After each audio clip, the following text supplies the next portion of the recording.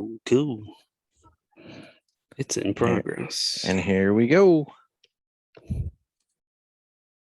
Coming to you live from the JRE Tobacco Aladino Mobile Studios, it's the Cigar Pulpit.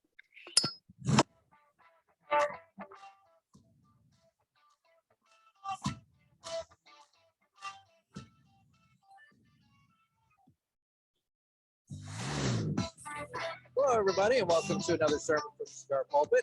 I'm Bishop Nick, and with me tonight for this month's Ask the Boys, we have Nick Gervais, owner of My Monthly Cigars and fucking good coffee. How the hell are you doing, Nick?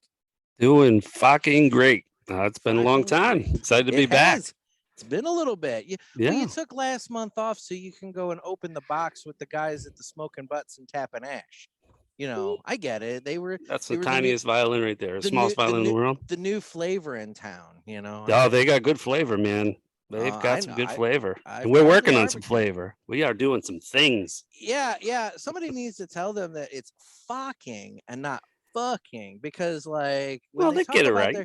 When they talk about their fucking rub or whatever it is they've got going on there, I'm just saying, it's like, you know. For the record, it's you getting on them.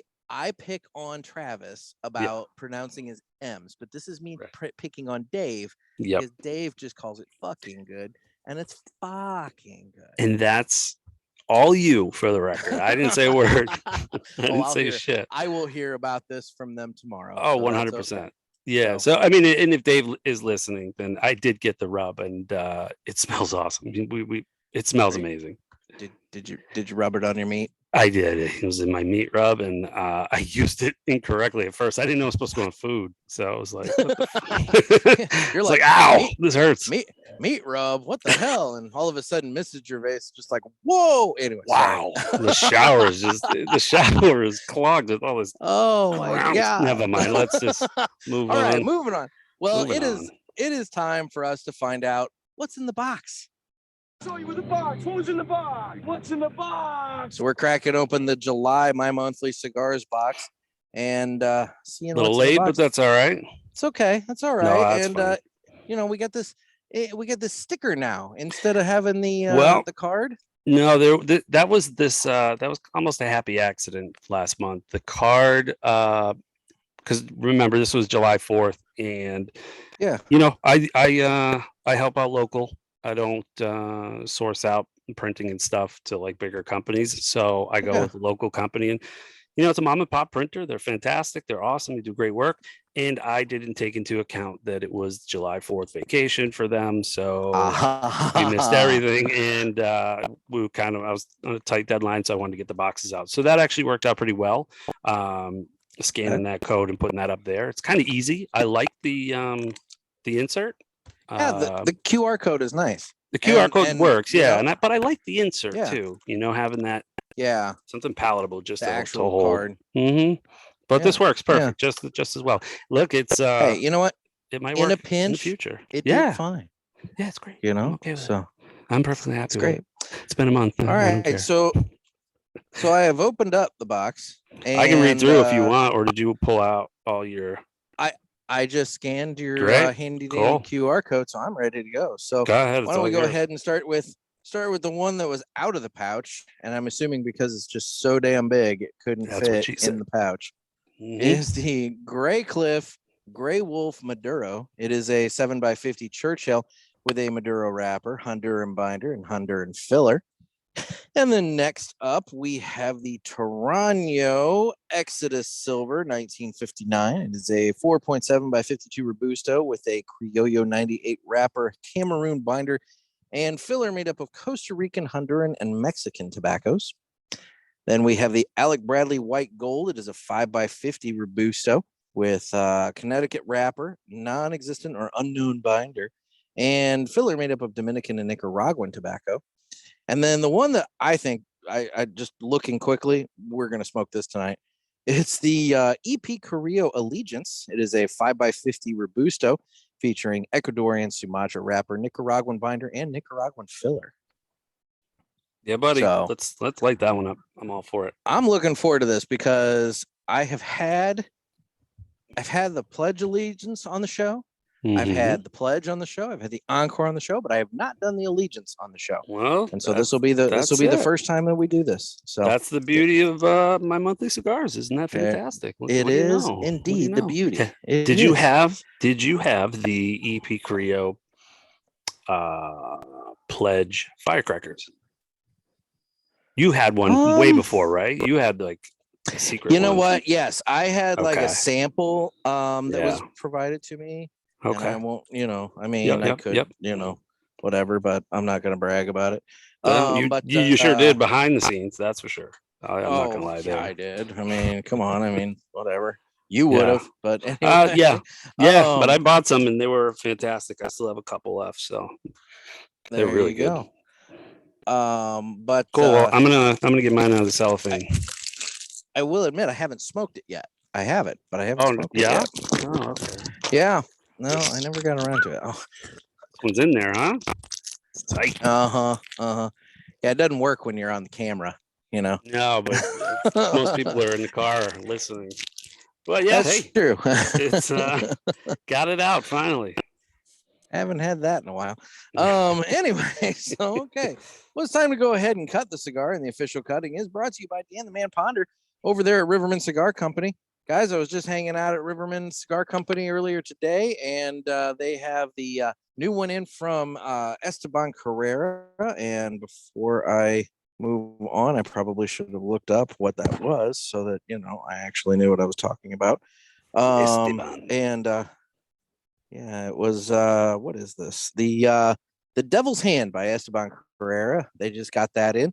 But, if you're looking for something good from EP Carrillo, they do have the short run limited edition heading to the shop here soon. So you can give them a call over there at Riverman and kind of put in your pre-order for that. Dan did announce that he heard from the fine folks at JC Newman that the Yagua is going to be making a return here later this year as well. So you can get your hands on those at some point from Riverman Cigar Company as well. But guys, they've got all kinds of great cigars. So if you're in the St. Louis area, swing by Riverman Cigar Company and check them out. If you're not, you can give them a call, and they do mail order. They'll walk you all around the store and tell you what they've got and get a nice shipment sent out to you right away. So it's Riverman Cigar Company of Crestwood, Missouri. And with that, I'm going to go ahead and cut my cigar. That was pretty good. It was pretty good. Did you hear mine? Did you get mine? I did hear yours. I did. I mean, the Zoom might have been off, but I think it sounded. I would say coordination may have been a little off due to the Zoom. But the Zoom sounded amazing. It did sound good. So I don't know. We'll see. I haven't lost it. Lost it. What are you going, straight or V? Because this is kind of a soft box. And I'm going to do straight cut on it. Can't believe I just said that. But it's a soft box. And a lot of times I like a soft box. Yeah, I mean, I don't like a hard box. No, it's not workable. But I mean, it's dry and crusty if you like slice it wrong. Nobody wants a hard rough box. All right. So I went with the straight cut there. I went with V. We'll look. All right then. Then we're going different here. So do a cold draw on this guy. Yeah, I will speak while you do a cold draw, so there is no silence, and I will watch you think and continue to suck. I don't have that flavor note wheel in front of me, but that's a great wheel. I know there's an earthiness to it. I think. I feel like. Yeah. Well, we'll get into it later, but it's funny because I did have I'm always the one that's like earth. Like, what is earth? But I ended up having earthy, like dirt, an earthy note in that cigar review. Yeah, like dirt. Yeah, I don't know. I'd kind of getting a little bit. I don't know if it's a light cherry or what, but maybe I don't know. I think I need the wheel. That wheel is super helpful. That wheel is helpful, and I'll admit, I did have dinner just a little bit ago as well, so that might be throwing me off. There you go. So, whatever it is, anyway, it's not terrible at all. Nope, it's fantastic. I've had too many of these. Fire this guy up, and we can get rolling here. So absolutely. So Nick, it's been a little bit since you've been on the show. So what the hell have you been up to? Couple months, man. Lot of shit. Life is interesting the way it's it presents itself sometimes, but things are good. Things are busy. Yeah. But if we can we'll get serious for a second. Why not, right? It's okay. If you don't mind. How serious we getting here? Are you getting really serious? Maybe. Sorry, I just had that lit in the mic. Well, yeah, no, that's sure. okay. I mean, it's I haven't really spoken publicly about it. I mean, she's publicly like one of my fucking celebrity. I got to put out. I was gonna say, you need to get your PR people on this. Yeah, that team they were on vacation for a little bit. Oh, okay. So just back, real quick, just to clarify for those people who are watching on the YouTube, it is hot as fuck outside right now, and it is like, I don't know, 10:21 my time, 11:21 your time. It is currently like 84 temperature wise, but it feels like 93 with like 75% humidity. So I am literally sweating bullets. So if anybody's watching on the YouTube, I apologize, but it looks like I just got out of a pool. What's your humidity right now? Like 75% with a 75 degree dew point. Right now I'm at 67. See, the dew point's out, matters. But it feels real feel. Hold on. Oh, that's 12 a.m. Yeah. Actually, real feel here is like 93. So real feel right now is 72 here, but the humidity is 91%. Fuck. Oh, sorry, 95%. The indoor is 91. No wind whatsoever. And there's like no wind. There's no wind here either. So the dew point is 65. There is an offensive swamp crotch alert going on right now. It was just wet today, and it's going to even be for us. It's going to be even worse tomorrow. It's going to be super moist for everybody. So staying inside. Nobody wants it super moist. No, sloppy. No, it's going to be real sloppy tomorrow. Yeah. Anyway, all right. So so back to the actual. Oh, were we getting serious for a second? We were getting serious, and I decided to go down the weather route for a second. So can't do that. Anyway, so yeah, back in April, I had a spot. I've always had this spot. So I had a dermatology appointment, just a regular skin checkup, and I always had this spot under my eye that was actually biopsied a few years ago. Came back negative, but it grew back. So dermatologist said, let's biopsy it. And she's like, you'll probably hear from us in 2 weeks. But when I heard from them, if this was a Friday, when I heard from her on Monday, I'm like, that's not good. Like, this can't be good. And sure as shit, it wasn't. And it turned out I ended up having skin cancer, and I had melanoma, which, lucky me, is the bad skin cancer that you could get, and B, only 1% of skin cancers are melanoma. So I'm part of the 1%. Hey, look at you! Look at me moving on up. Do you get the green jacket? Yeah, didn't get it yet. It's still getting tailored. But so I found that out, and got to go through the stages, and I don't want to bore everybody with it, but I went through process. I had to get Mohs surgery. It's called Mohs, MOHS, where they basically slice off a margin around where the spot was to make sure they get it all. Luckily for me, it was, I don't want to say superficial, but that's kind of what it is. It was on the top. I got it early, luckily, but it was right under my eye. And first time, they didn't cut it all out. It was remnants of it up closer to my eye. So I'm like, holy shit, I'm gonna have like no eyelid here. So they cut off more. Basically, they cut off at the end a little over a 2x2 square out of my face. Holy shit. Then I had to have, so you couldn't just stitch that up. So I had to have reconstructive surgery. So first thing that pops in my head is there goes my modeling career, right? That's done. That's out. Did they take skin from your ass? No. So listen. I told them I don't want a piece of my arm or my ear or my ass on my face. I'm like, you pull as tight as you can. I'm obviously not making jokes. This is. I know. No. This is a serious conversation, but a little levity. I would say a little levity doesn't hurt. Obviously, Listen, anyway, I'm good with it. Okay. All right. I just want to make make sure. No, if you can't laugh, you can't. And I'm lucky. I'll get into that. But so, anyways, it was like they had to do reconstructive surgery because they couldn't just put it together. So I actually saw a plastic surgeon like an oncologist who had a plastic surgery place in Hollywood for years. I was like, okay, so I know who I'm going with here. This is good. Here's the crazy part. I had to go under for it, but it was a twilight anesthesia. Yeah. So what that means is they were like, you're probably going to wake up in about 10 minutes and you'll be awake through the whole thing. I'm like, what? So I'm laying there and I wake up. And so you're aware of it when they're tickling your balls. I'm awake for every finger that they so I was like, clowns come in the room and you're like, what the fuck? Why did you put me out for this? I would have obliged. But so what's weird was, this is the craziest part. So I'm awake and I hear like the snip, like the everything, but I can't feel it. And they're having conversations with me the whole time, you know?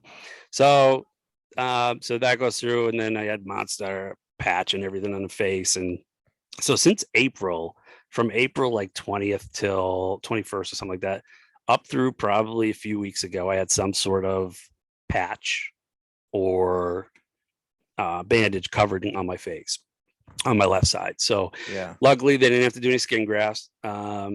But I like to equate it, and I tell people, I'm like, they pulled my skin so tight it was like putting a condom over a watermelon. That's how much it tight. And that's why I hurt a lot. So they had to do some cutting to do it. So actually, I mean, if you weren't looking, if I wasn't telling you right now, I don't know. In person, you could see it. On camera, you could see a little bit. But you know, the good thing is, I'm lucky about it. Lucky it happened. It was caught when it was caught. Because basically I was told, you know, that's the one that spreads the most and the fastest. And, you know, I'm a guy. I'm stubborn. We don't think about spots. Trips to the well, I don't go to the doctor just for a random checkup. I'll go for my physical and, you know, all that. So I can get everything done. I'll do my eyes every year just so I can get my contacts, all that kind of stuff. But, you know, something like dermatology is, you don't think about it. It's just like, whatever, that's been there. But had I waited about, you know, 6 months to a year, they said the chances are that it would have just creeped up and gotten to my eye, and that could have been a whole new ballgame. So that would have been brutal. But I know I'm lucky. I you know, and I'll be honest, a lot of times I even hesitate to talk about and say, it feels weird to say I had any sort of cancer, skin cancer, whatever, because I know there's so many people out there that have cancer in way worse ways, and they deal with it in a way more intense way than I have. It's more fearful. Lucky for me, you know, obviously the survival rate, etc., for what I've got is super high. It's like over 95%. So not really. I was never really worried about the cancer. I was just more bitching about the follow-up appointments I got to do and all the surgery and all that shit, you know, because I'm a baby. But you know, and I'm not. The thing is, you know, I don't tell this story to people for any sympathy because I don't want it. Like that's not the case. The reason I actually even bring it up now is because of some of the people I have told, which, you know, my friends, family, all that, it's actually gotten them to go ahead and get a checkup, and which is nice because it's a silver lining out of all of this about telling people. And you know, I've been more vocal about it as time goes on, and it's scary when it first comes up. I was never really bothered by it because it was skin cancer, right? I know that the odds of that are pretty high, but still, it's like weird to hear that you have cancer. You know? Yeah, that's not something anybody ever wants to hear in any way, shape, or form. 100%. So, but yeah, I mean, I know I'm super lucky. I know it could have been way worse, and I don't take it lightly, even though, you know, I put light on it. You know, even today, I went for my first checkup since the surgery, which was about a little over a month ago. And I actually had, it was funny. So that's another thing. Like, they just got to check. Like, I had 2 spots frozen on my face today just because they were small, precancerous. Let's just get it, right? Because I've already had it up there. And then I had a biopsy done on my arm and my leg just for precautionary, you know? So it's all about being cautious, you know, being cautious. My thing is this, I'll get off the soapbox in a second. Don't avoid the shade. Don't avoid your sunscreen because it's a pain in the ass, and don't avoid going for a checkup. That's all. Because if I didn't go for another, like I said, another year, who the hell knows what would have happened, right? For sure. So, and it's just, you never want to be like, well, I could have taken an hour out of my life to go to that appointment and found something out. I get it though. Look, they got this little like microscope and they're looking at like this little monocle, and they're looking at every freaking dot on your body from all the way to your head to your no-nos, right? So it's intimidating, like, yeah, if I pull your bottoms down, like, nah, not at all. Like, go right ahead. You're gonna buy me dinner first, Yeah. Like, you're already screwing me on the insurance portion, so whatever. So yeah. So like I said, it's I'm not here to be on a pedestal. I'm just I think making people aware is a huge benefit. If even one person, literally, I know it's so cliche, but it really is true. One person hears about this and says, you know what, I'm going to go get checked. And if they find something, God forbid, and it's early, that's awesome. Yeah. What's the worst that can happen? They find nothing. You've got the peace of mind knowing that, hey, then you're fine. Right. I'm good. But don't get into the sense of, I knew I was good. Just you can't. And it's just like I said, cancer has been everywhere. I was telling you before. It's just, I feel like since that, it's all over the place now. Yeah. And it's like when you buy a car that all of a sudden you see that car on the road like a shit ton of times. Maybe that's it. I don't know. But I just feel like it's just rained down since. But that's kind of where I've been for the last few months. Again, like I said, I'm trying to revive that modeling career again. I want to get back. Maybe AI will fix me maybe at some point. Who knows? But I got about 2 years, a year to two for. You can't really see it on camera, but I got like scar tissue buildup, and then I'm still sexy as hell. It's just, I got to look at people like this. Yeah, no, God, I'm very humble. So that's been the key thing of why been. I don't want to say it's why I haven't been on the show, but part of it, it's not something you want to be on camera for. So obviously, go get checked. That's it, people. That's all I'll tell you. Obviously, we're very happy to hear that everything's come out so well. And everything like that. So so I mean, and it is a good reminder for all of us to take care of ourselves, because you're right. We don't go to the doctor, or we're like, whatever. I've had that spot for years, and it's like you just never know. So it's like that. I mean, it always reminds me of the Seinfeld, where George's boss, I don't know if you know the episode, George gets a new boss, and then he realizes he threw all his stuff in the beach. They threw all of his stuff in the ocean years ago on the beach. His boss did. And there's a picture of his boss. Whatever, he got him out of the picture, but his boss like, I've had the same spot that hasn't grown in 20 years. But what he didn't realize was it was a new picture of him. So it's just one of those things. You just like, just get it looked at. Even if my dermatologist was like, if I'm iffy, she doesn't want to slice me up.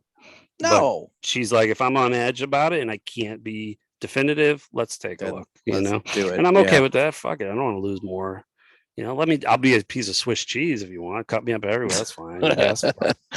Just leave my pecker alone. Anyway. Yeah. If I see anything on there, it's staying. I'm going down with the best of them.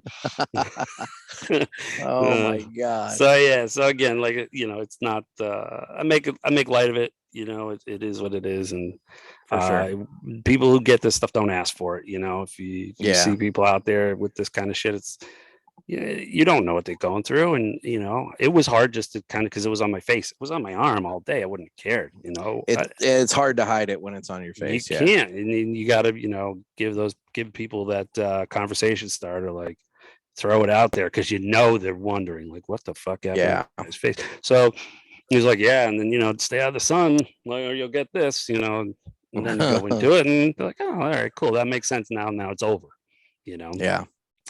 But so sorry to make everybody bring it all down, but that's where it's at, and hey, let's be aware of it. That's all. It's a little dose of reality for everybody, and it's a good public service announcement to go and slice. Of course, you had to get yourself because they slice. You know what? I didn't even. You're such a dick. It was a Freudian slip. I didn't even mean it. God dang. All good. Anyway. Let's get into some fun stuff, dude. I was going to say, let's get into some fun stuff, and let's go ahead and jump right in to this month's Ask the Boys. Shall we play a game? You talking to me? I have a question for you. You got to ask me nicely. Ask me about my wiener. You got a question? You ask the 8-ball. Come on, sucker. Let's get it on. All right, guys, and it's that time of the month for us to listen to your calls and answer your questions, concerns, and whatever else.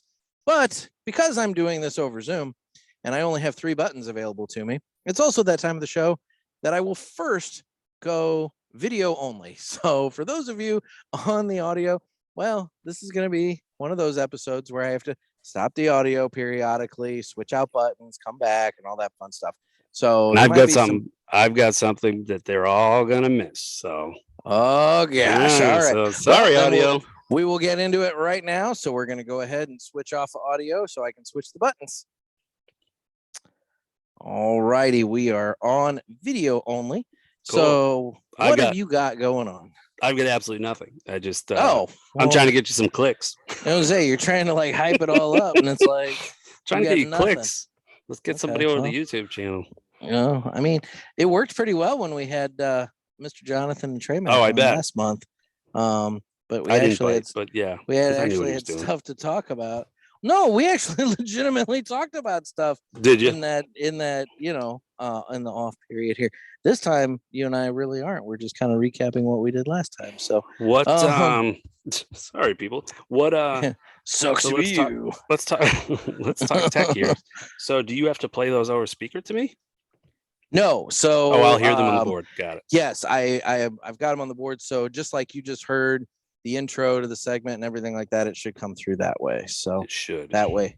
Well, I mean, it does. So then it will. That way, you can hear them clearly. So, all right, let's head back to the audio. And we are back on the audio here. So why don't we go ahead now? And I have no idea. No clue. Oh my God, dude. It was like, I don't know. All I'll say is it tickled more than it felt good. Okay. I mean, as long as it didn't hurt, that's all that matters. No, it didn't hurt. Okay. It tickled. All right. Well, lubrication's important. No, there was no need for that. I don't know how it didn't hurt then. Anyway, call number 1. Good afternoon, Nick. Not sure if I'll get this in time for Mr. J's episode or not. No, you did. This is Andy from upstate New York.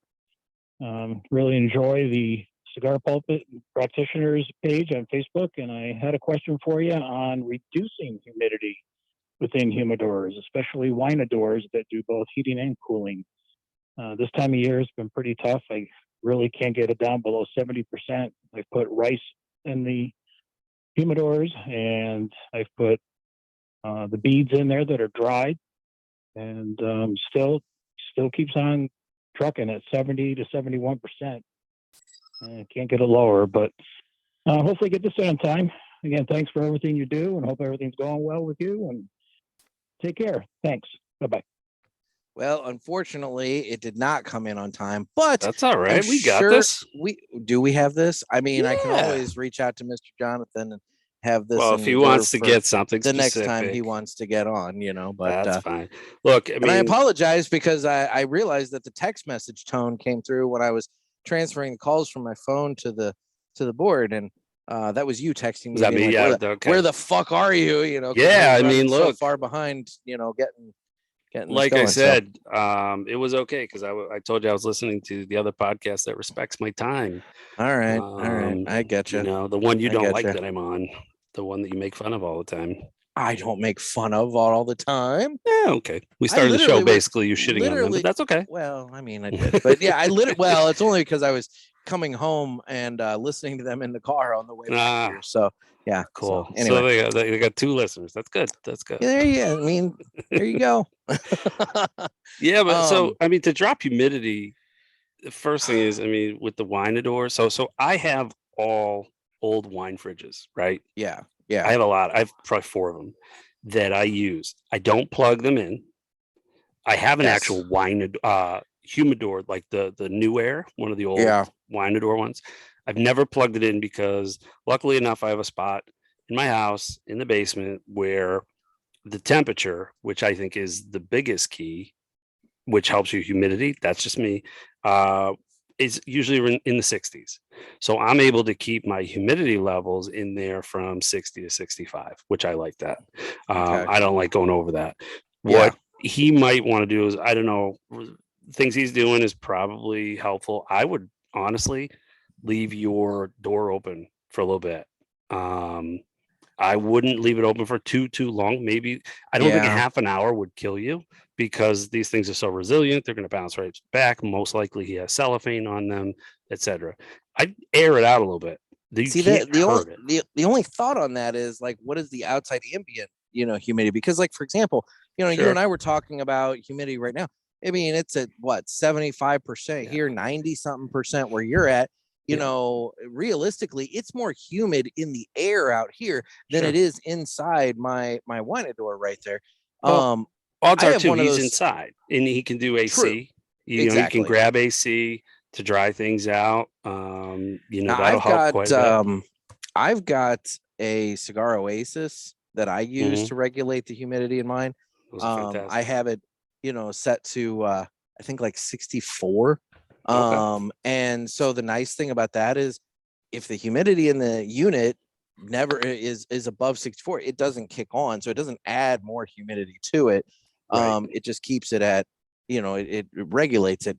But man, in terms of bringing it down, I'm trying to think. I mean, what I'm going to throw this out, and this may be silly, and I don't know, but maybe get a dish, and those silica things that come in like your shoes sometimes, and maybe if he can collect up some of those, to like put them in to like draw some of that ambient humidity into those. I don't know. I'm just trying to I still think same concept as the rice. The rice is doing that. I mean, it's probably easier to get the rice than those packets. Oh, for sure. I still think letting it breathe. I mean, who knows where the humidor is? It all depends on where it is. Is it next to a window? Get it out of there. Is it in a bright place, or is it in a dark area in the closet? I think if it's in the house, you've got AC, that's the start. Just kind of dry the air out a little bit and keep the temperature down. If it's in a spot where the temperature is always 70 degrees and above, get it out of there, is my opinion. But if he's actually using the wine door plugged in, shouldn't that decrease that? Or does the outside ambient temperature be the max? That you would think it would cool it down, right? Well, it should, because it's like a fridge. It is, and fridges do take away humidity, like when they're running. I mean, so he might not have it on. He might be like me and not plug it in. So I don't know. Those things are tough, as in my opinion, as is to use them for plugging in, unless you live in Florida, Texas, Nevada, shit like that, like where it's super, super hot all the time. So that I get, but that would be my suggestion. I would air it out a little bit. I would look at location. I would look at the room it's in. Is it near a window, or do you have AC? Like, what's going on around it that's affecting it? Like, what's the temperature? Some people like the fucking house at like 75 all the time. Thanks. I actually was just talking to a guy earlier today. He said that when it's hot out like this, he keeps his air conditioning at 75. And I'm thinking, God, that sounds miserable to me. Like, it's gross. My house is 68 all year long. Air conditioning's at 68, heat's at 68. I just keep it at 68 all year long. I find that to be comfortable. Because think about it, when most of the time, like, people dry box their cigars, right? So they'll take them out just to dry them out. They'll let them sit out for a while, and they get to a point where they're probably like 45, well, maybe 50% humidity, and then they can bounce them right back. Now, I don't know if he wants to do that. I don't know what his collection's like, but that again is where, hey, look, just open the door a little bit, or just don't even open the door, take them out. Who knows? There's a couple different things you could do. It depends on the size and how much he's got in there as well. True. In my opinion, True. Is he covered and all? Has he got 300 count and he's got 10 in there? Or does he have and that's true, because if he doesn't have enough in there, then obviously it's not going to work. Run maximum efficiency either. So correct, just like a fridge. You put two things in a fridge, it's not going to work. To its the way it's supposed to. So you need to fill it up. So there's multiple different options.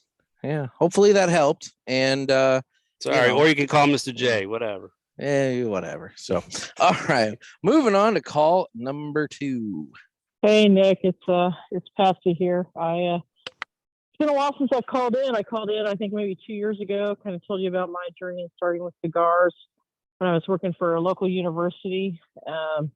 Had an event at our president's house with some steak and cigars, and I've been on that path ever since. And just kind of wanted to give you an update as well as kind of pick your brain on a couple things in the entertainment industry. And anyway, the first one is I no longer work for that university. I actually left about 6-7 months ago. I'm now a director at another nonprofit. I won't go into which one that is. But anyway, definitely made a solid career move for me. Since I called in, my son is now 22 years old, has joined my enthusiasm for cigars. He has his own little diamond crown humidor that he puts them in. We enjoy an occasional bourbon or beer on the deck with a cigar as I'm kind of mentoring him through his journey. But anyhow, as a lady cigar smoker, I definitely enjoy the podcast with Pinky and enjoy hearing everything she has to say. But anyhow, kind of moving on from that, the kind of Ask the Boys that I was wanting to talk to you about is going into the entertainment industry. Wanted to get your opinion on the new Indiana Jones and the Dial of Destiny movie. I have seen it twice. I'm a huge Indiana Jones fan, have been ever since I saw Raiders of the Lost Ark, which was my first, I guess, adult movie when I was a kid. Back in the day, my dad took me to see Indiana Jones and the Raiders of the Lost Ark, which got me hooked on it ever since. And wanted to hear your opinion on Dial of Destiny as a hopeful recovery from Kingdom of the Crystal Skull, since that was such not a good movie. But anyhow, just wanted to get your opinion on that. And then going into the Star Trek realm, this is where I bonded with my husband when we met nearly 30 years ago. And Star Trek has also been a big part of my life. What are your thoughts on everything the Star Trek universe is doing, especially Strange New Worlds? We are so digging Strange New Worlds. My husband, this is a cigar call-in, but he does not smoke cigars. It's not his thing, which is fine. As a lady cigar smoker, he is fully supportive of my hobby. He has other hobbies, and that's great. But one thing we do bond over is Star Trek and Star Trek universe. So what are your thoughts again? Here's where it goes into that Ask the Boys. What do you think about the new Indiana Jones movie? And what do you think about where the Star Trek universe is going, especially Strange New Worlds? So that's kind of... All right. And she hit the 3-minute mark. That's why I hit my watch. I'm like, what is it's 3 minutes, right? Yeah. So she called back with just a quick follow. So we'll hear the end of her call and then let's follow we'll address that. Hey, it's Pat. I love the podcast. I try to listen to it as much as I can. I often listen to it at work while I'm approving payrolls or planning budgets or whatever. Anyhow, so just stay smoky. Enjoy this beautiful summer. So far, it hasn't been too hot. I'm in Kansas, by the way, so just one state, or actually 1.5 states over from you. And anyhow, again, tell me your thoughts on Indiana Jones and Star Trek. Love to hear it. I'll be looking forward to it, hopefully, in an upcoming podcast. Have a great day. Have a great weekend. And here's to cigars and friendship. Have a great one. Thanks, Patsy. And congratulations on the new job. Congratulations to your son getting in on cigars with you and everything. That's got to be a nice special thing too. Being able to kind of sit and bond with your 22-year-old son. I mean, let's be real. I remember when I was 22 and I was interested in partying and hanging with my friends. I wasn't really bonding with parents at that point. So that's a nice thing that you have going with your son. Yeah, that's great. I just want to throw in real quick that MMC does deliver to Kansas, so if he's learning a little bit, there you know that, Patsy, little birthdays, Christmas, something like that. You get the old El Presidente, and you guys can, smoke the same cigars together. It'd be pretty cool. Just saying. Nothing like a shameless. But then again, it's what it's all. I got no shame. It's all right, no shame. Well, Patsy, I'm gonna kind of disappoint you on the first question a little bit because I have yet to see the new Indiana Jones movie. Sounds like since she's seen it twice, she's probably the only one that's seen it, based on what I've heard. Yeah, it is not done. But see, here's the thing: like movies in general. I mean, obviously not Barbieheimer because those two movies did really well, but like. Aside from those, like it's been pretty abysmal at the box office this summer. So I haven't seen Indiana Jones yet. I want to. Crystal Skull sucks so bad. It sucks so bad. But it's really just been a matter. July has been an extraordinarily busy and slightly financially stressful month for me.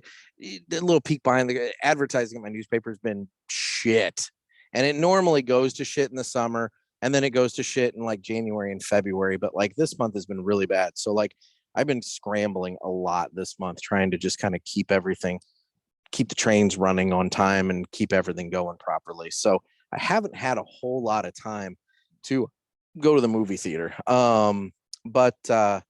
But I want to. I do want to. So, the fact that you saw it twice tells me it must be good. So I'll check it out. And have you seen it, Nick? I just want to say I have zero to add. I apologize, Patsy, to either of these. Yeah, sorry. Go ahead, Nick. Okay. This is on you. Well, as it pertains to Star Trek, I really Discovery, I'm kind of like, meh, take it or leave it. It's been all right. I haven't watched the 4th season. That's been out for a while. I haven't watched that yet. I'll get to it eventually. Lower Decks, the animated one, I love that one. The comedy in that is fantastic. I like it. I did not see the one animated one that was for kids, and I think that's already been pulled off. Prodigy, I think was the name of it. I think that's already been pulled off of Paramount because like all these streaming things are like they're canceling shows and they're pulling them from the streaming service so that you can't even see it anymore. And I think that's a tax situation they've got going on. Picard season 3 was what Picard season 1 should have been. I really enjoyed that. And then as for Strange New Worlds, because you asked directly about that, Strange New Worlds is the best Star Trek going right now. It's episodic. So you don't, there's some carry through storyline, but you don't have to necessarily know that. It's a one and done story. The characters are really great. It's kind of got that old school feel. It's fun adventure, and I'm really, really digging it. I saw the preview for the musical episode that's coming out, I think next week, maybe. I think it's next week. I don't know, but they're coming out with like a musical episode where it's like it's all show tunes and musical and shit. And some of the nerds are online saying like, "Oh my god, this is gonna be horrible." I think it's fun. I think it's something different. I think why not? I like that they're taking some chances with it, and I'm digging it. So Patsy, I hope that answers your questions. I'm really enjoying New Trek for the most part, and truthfully, I hope they do a spin-off show from the end of Picard season 3 with the new crew of the new Enterprise. So I think that would be fun. But anyway, so yeah, that answers that. And welcome back, Patsy. And yes, that's pretty nice. Nice little revisiting from a couple of years ago. See? Hey, you know what? It's People nice to stick around. hear. I know it's nice to hear from listeners every once in a while. Sure. I mean, there's some that used to call in more regularly that we don't hear from as much, and it's nice to hear from people again. So I bet you Patsy will be very aware of the 3-minute time limit next time. She had some good stuff. She did. I thought towards the end it was just going to be like, I thought she was going to really speed it up, but clearly she wasn't aware of it. But it's cool to hear that she's come back after a couple of years. For sure. And she still listens. People actually listen to this shit. I know. People listen. Crazy, right? It really kind of is. So, all right. Well, we are now at the point I got to switch buttons again. So, oh boy, I got another good one for you. Video only, and we'll be right back on the audio side. Okay, we are video only again. So, yep. And again, I have nothing. You have nothing. I just got nothing. You just keep lying to everybody. Well, I'm getting you clicks, man. Just clicks. I guess, but man, it's clicks. Anyway, so call number 4. Dude, tell me about it. I'm slamming back this water. I'm trying to not because it's cooled down a lot here, man. I don't want to have down a ton. Get up and piss, but oh my god. My problem here, aside from the heat and humidity, is I have got every bug in Southern Illinois descending upon me. So I'm not only dealing with the heat and humidity, I'm also dealing with swatting away moths the size of fucking sparrows and shit. It's I don't know what's going on, but anyway, so sparrow moths. I know. So all right, we are going back to audio now. And we are back on the audio side. And let's go ahead and jump into the next call. Let's do it. Hey, dude. Long time listener, first time caller. Just wanted to say sorry to hear about Gator. Would like to suggest you find that millennial, preferably a female with a little bit of slut in her. That can take a joke and give out some little comments. Second thing, mentioned the news radio find I found to you a week or two ago. I think the listeners would be curious to hear that. And third, the trolley problem. And I can't speak about trolleys necessarily, but I was an engineer for a Class 1 railroad. And you did mention runaway train. You're talking about East Palestine? Let's see. First thing, you got to consider the train and the surroundings. You said a runaway, I'm assuming at least 50 miles an hour or more, would not be able to handle the crossover. So if you divert from 5 people to 1, you're probably going to derail the train. And if you're in the middle of a couple of people or communities, you're going to possibly cause a derail. Second thing, most people will step off the track. I've had that happen a couple of times. Never hit anybody. I understand suicide victims will not step off.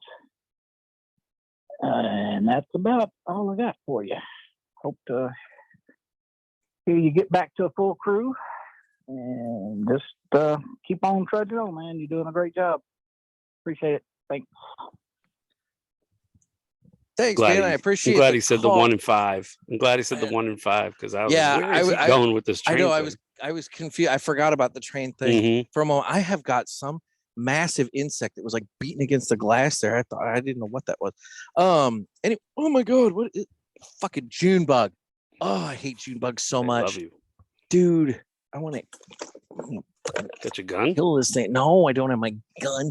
It wouldn't help with this. It's too armored up. Yeah. That salt gun doesn't work on June bugs. They're too armored up. Anyway, yes. So no, the train thing he's referring to. So let me just go back to that. It's called the trolley problem. But basically, a runaway train is speeding down the track. There are 5 people on the track up ahead. The only thing you can do is throw a switch that moves the train onto another line. Unfortunately, that line also has someone on it. So you have to choose. Option A, do nothing, and 5 people will die, but you could have saved them. Option B, throw the switch. 1 person will die, and you definitely killed them. So which would you do? And yeah, that's he's saying it would derail. That's the question. He's saying that cause more catastrophe. Speed, that it would cause a bigger catastrophe because it would derail, and that theoretically the people would step off the track, and whatnot. Now, yeah, but this is assuming people are not stepping off the track. Yeah, I was gonna say not. Maybe they're tied down, all Snidely Whiplash style or something like that. I don't know, but I don't know. It's one of those hypotheticals kind of situation, but yeah, I still think I would have to. Man, I still think I would have to go with the switch and definitely take out the 1. And it's the easiest. That's the easiest one ever. I mean, I don't want to say the easiest ever, but Yeah. I mean, it would either way is going to suck. 100%. But at least there, it's the needs of the many outweigh the needs of the few. Star Trek reference. But yeah. And in terms of finding me a female millennial with a little bit of slut in her that can take a joke. That was great. A little bit of slut in her. I mean, what do you think I do on Tinder like all freaking day long? Jesus Christ. A little bit of slut in her. Anyway. Okay. Go on there now. All right. Well, but that was funny. That was good. I like that. Because you're always looking for a little bit of slut, right? I mean, well, yeah. I mean, why else are you on for there? Sure. Why else? So, all right, moving on to the next call here. Nick, this is Dave. It's been a while. Last time I called you, you had a co-host with you on the show, which, by the way, I'd like to just ask a question about. I know you kind of addressed it, that kind of vaguely that Jeff's off the show, yada yada yada. We don't get that, but can you either confirm or deny the rumor that I've heard that Gator, Pastor Barnaby Rothschild, Jerry Pulaski, and the BF Chicken are involved in the gay porn ring, that they've all started doing gay porn? And that's part of the reason why Jeff can't be part of the show anymore, is that he's just too much smoking pole to smoke cigars. I don't know. I wasn't sure. I've heard something. I don't know if maybe you can confirm or deny. Those guys involved in gay porn. I think it's scandalous, and it could be something that the listeners might want to know about, because especially that pastor guy, because I don't think pastors are supposed to do gay porn. And I don't know about chickens, but definitely Jerry Pulaski. He's definitely down for that. I think that's fine. A couple blackberry brandies, and that guy's good to go for anything. So anyway, just kind of trying to flush some of that out, just to see if you've heard that rumor and if you could confirm or deny any validity to it. All right, man. That's all I got. It's the only question I got for you. Stay smoky and keep doing what you're doing. I know it's not easy to find co-hosts and shows and all that stuff, but you'll find your rhythm. It'll come to you. So keep at it, man. All right. Talk to you later. Bye. Thanks, Dave. And I was gonna say a couple blackberry brandies into Jerry Pulaski. He might be down for whatever, but you beat me to it. But do you even need that? Well, I don't know. I mean, never know. In terms of the rest of the rumor, hadn't heard that. Can't confirm nor deny, because I hadn't heard that. So last I knew, the BF Chicken was still down in Juarez with what's his face, Larry the Mute. But I don't know. Nobody's heard from him. Nobody's heard from. Yeah, exactly. Nobody's heard from Larry the Mute. So yeah, no, can't confirm nor deny. Don't know what's going on, and we're just gonna leave it at that. I mean, for the record, if they are doing gay porn, who cares? It's not scandalous. Nah, I mean, men love men, women love women. People are gay. Let them be gay. You don't have to watch it. You don't have to watch it. You don't have to put those VHSs in your basement VCR and watch them. Gator and all those guys do gay. You don't have to. You don't have to change the channel. But not that there's anything wrong with that. Yeah, I don't think there's anything scandalous about it. And if that's what they do to make money, I'm just gonna find out how much they make, because who knows? I mean, a romp through the kale. So all right.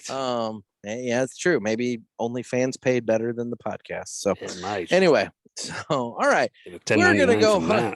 We're gonna go on to the last call here. Hey Nick, it's Joey. Just a couple questions here.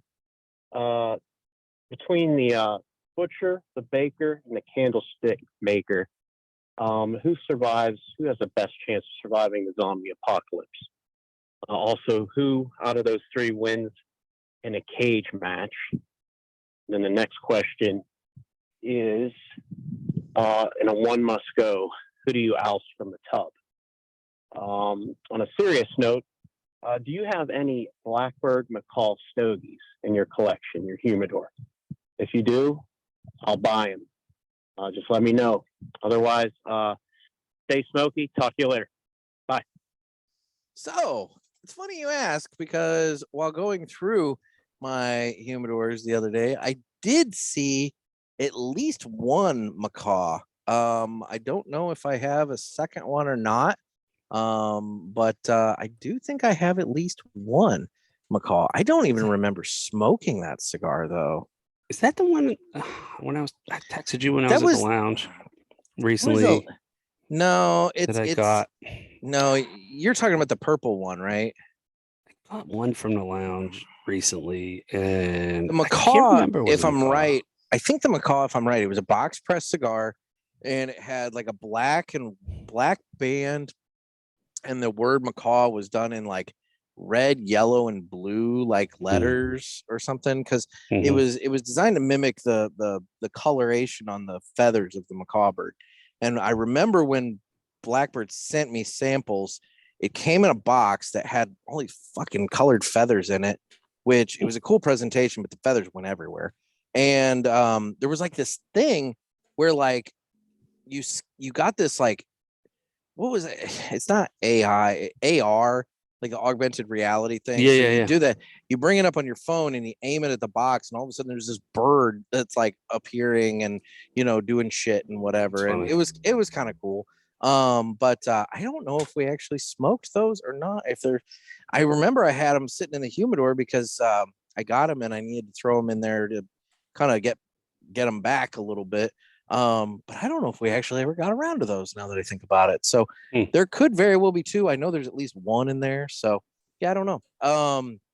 As for the other questions, in terms of a cage match between those three, my money's on the Butcher like all day long. Because I'm with the Butcher, cage match and Zombie Apocalypse. And that's the thing. I was probably gonna say the same. Zombie Apocalypse, I mean, he's gonna have the cleavers and shit.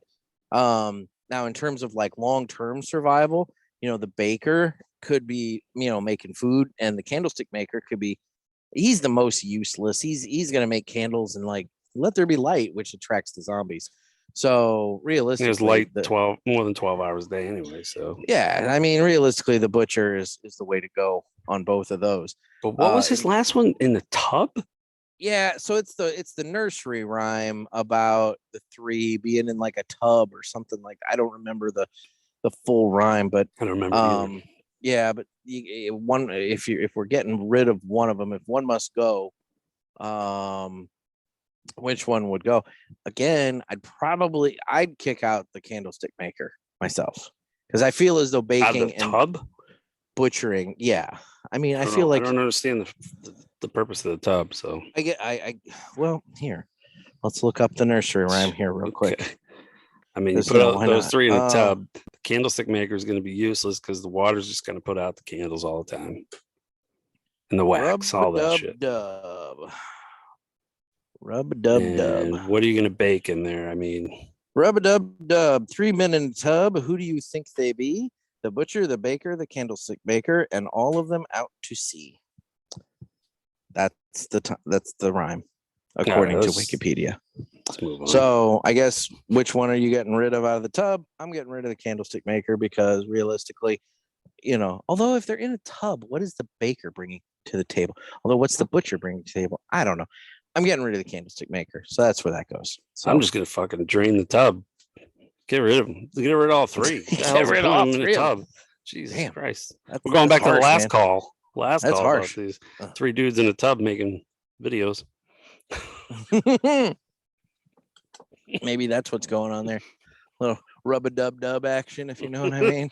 Little bidet. Next. God. Okay. All right. Yeah, moving on. That's been this month's Ask the Boys. We're gonna switch to video only so I can do the final round of buttons here and whatnot. And I have one more video only story. Just one more. Okay. Well, we'll switch to video. We'll see you only there. now. And we're on video only. So and I still have nothing. And you still have nothing. Got nothing. You are just more Topo Chicos. That's my new seltzer drink. Topo Chicos. Oh yeah, baby. I don't know that. Check these guys out. Look at right here. Oh, I've seen I've seen that marketing. I've seen like the logo or whatever. They're better than all those other ones. They're not syrupy. They're not. I still like the High indigestion. Noons. Yeah, High Noon's good. Have you tried the new High Noons, the tequila based ones? I haven't, but I have them in the fridge actually. I haven't yet. Oh, okay. My wife got them, so I haven't tried them yet. Yeah, no, I haven't tried those yet. I saw them at the store, and I was like, that could be interesting, but I didn't actually do them. So I don't know. I still have a shit ton of the other ones in my fridge, so I'm not buying any more High Noon until I start burning through those. So, all right, going back to audio. Okie dokie, and I guess this is a good time now to go ahead and close out this month's Ask the Boys.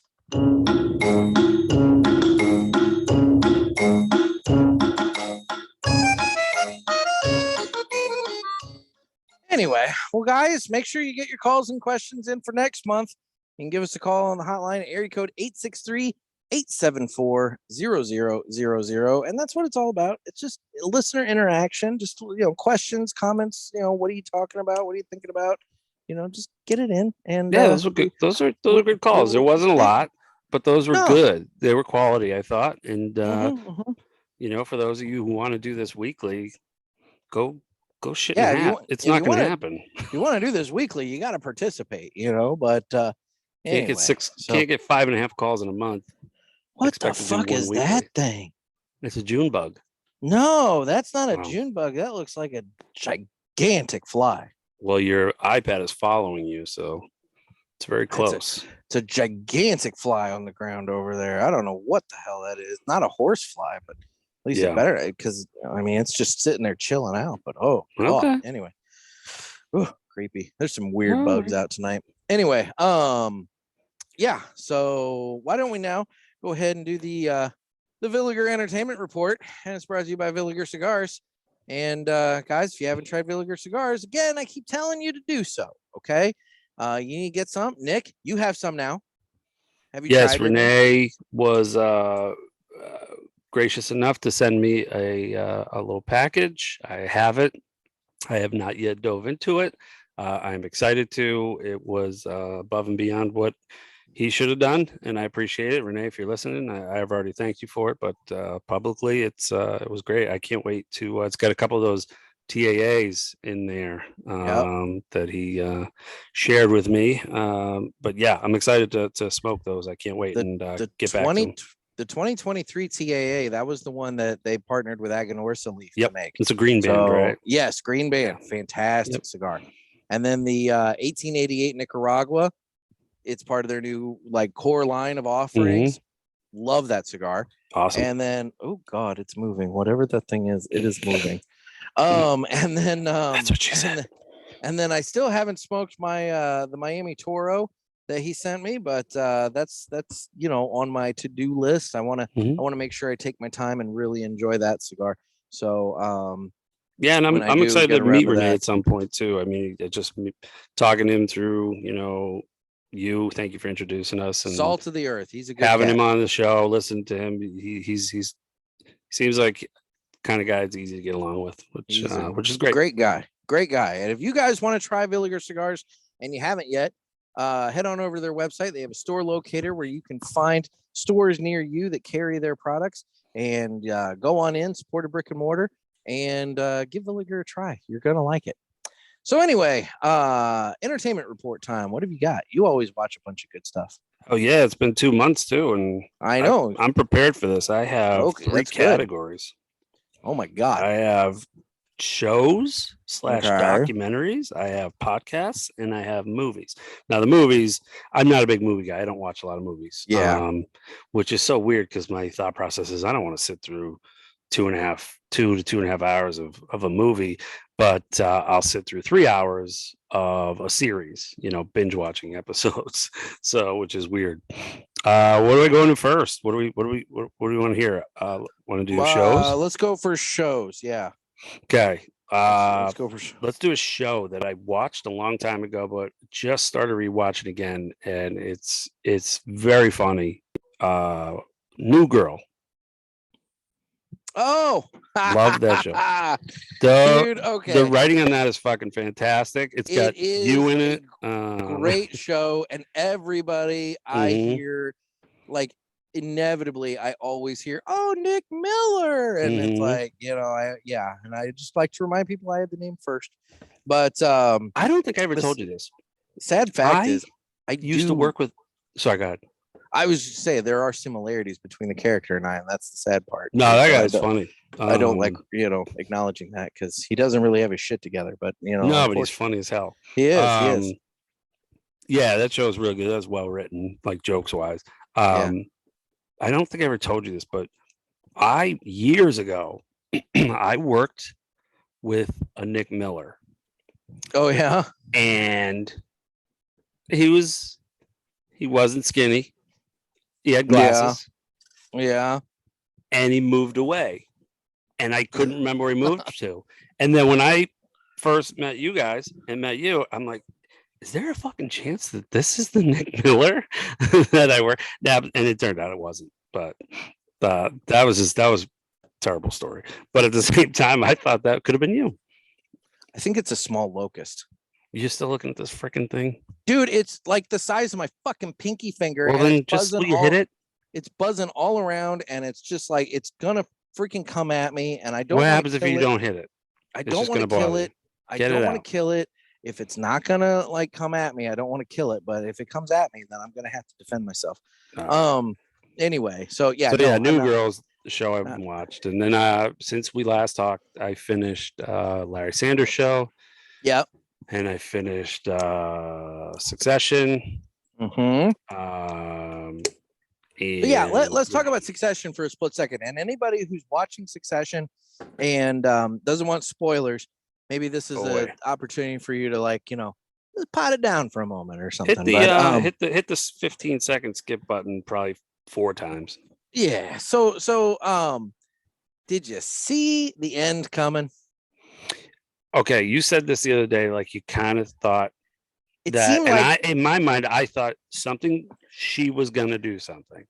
I didn't know what. But see, when it started to come together that the three of them, when it felt like the three of them were going to actually partner up and make a play, and they were talking about who's it going to be, like I kept thinking like, there's no way it's going to be one of them. It's just not. Like, even when they said, okay, it's going to be Kendall, and they kind of had their little moment in the lake or whatever, I was like, it's not going to be Kendall. It just won't be Kendall. And I kept thinking they're going to freaking give it to Tom as like the figurehead, and they're going to run things through Tom kind of thing, and that kind of deal. I didn't see it coming to where Tom was going to be the guy for the takeover bid. But it worked. I mean, no, it did. Like we talked about it before. The last season dragged a bit. I understand they got to put the story out. It's one of those shows that if it ended after the 3rd season, it probably would have ended at the right time. Even though the last season dragged, they stuck the landing. In my opinion, the finale was worth it. For sure. Now, seeing something like that, they kind of played on that she would do something. That she would be the antagonist of sorts. For God's sakes, her name is Shiv. Of course she's gonna freaking stab you in the back. Like that the whole time. I'm like, her name's Shiv. She's gonna fuck y'all. At some point, she's gonna stab you in the back and do it. And she did. I thought Pinky's take was very interesting about it, that she thought it was Disney. That was like based on Disney. That was interesting. That is interesting because from the get-go, I immediately went to Fox and Rupert Murdoch and figured it was Fox. Well, because news, you're thinking news. Disney isn't really news, right? Like Disney's got ESPN, ABC. But they own ABC and, whatever. But they don't really do news. But I don't know. It is an interesting thought. Like I said, the last season dragged a bit, but they definitely nailed the ending. So good. It was good. They finished that. Larry Sanders, I thought that ended very well too. Yeah, I don't feel the need to give anybody spoiler alerts on that because I mean, let's be real, that show ended 30 years ago. Sure. So that was good. So here's a documentary I watched that I loved. I binged it one night. I didn't stop. I started it. It's a series. I think it was like 6 episodes, maybe. I didn't stop watching it. Okay. It was the American Gladiators documentary. So what did I watch about the American Gladiators? It was on Netflix. I did not watch. It was like the unauthorized story or something like that. Yeah, but all of them were on it. I did not watch that. But what did I watch? Oh, I watched a YouTube thing that was like 20 minutes recently about this damn thing is flying all around. And yeah, you're really obsessed. It wants to die. It's back down there. Well, because it keeps banging into shit and everything. So like, just like what the fuck. But anyway, but yeah, that was awesome. I highly recommend that if anybody has ever watched American Gladiators like I did. I remember ever played it in their basement like I did. Oh yeah, as a kid, I remember that. Like, my brother and I would just always play that. Yeah, you know how like when they had the gun, like they shoot the tennis balls. Oh yeah. So they used to have the things, the air pressure Nerf things that would throw out these like styrofoam balls, and you get them. You can only do like 4 of them, so we'd have to pause and reload. Like so, and we would set up pillows and cushions and run around the living room, and like that's where you had to go. That was badass. That was cool. I like that, but it was really cool listening to the stories because they did a U.S. tour. A bus tour. Oh, okay. And it was all about booze and sex and drugs. And then it was a lot about steroids. And then what was funny was the way it originated. Yeah. It originated from some like guy who was an Elvis impersonator and owned a gym in Youngstown, Ohio. Like, so tried to sell the show, and they had to like throw it out to multiple different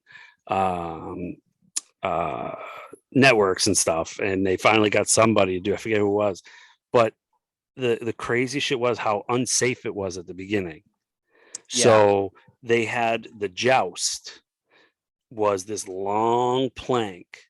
So you had the plank in the middle and then 2 parts in the end. If you got back in the end, the plank would go down. It was this big wood joust. They were all afraid of fucking getting hit by it. Oh my God. Because they would fall on these wood planks. Then they brought in some guy later on, some mogul, some genius about all these shows, and he looked at it, and that's when he turned the joust into those 2 posts, platforms. Like, yeah, the 2 platforms that were close. Yeah. That's how that changed, and okay, it was pretty cool. And all the stories behind it, the steroid stuff is crazy.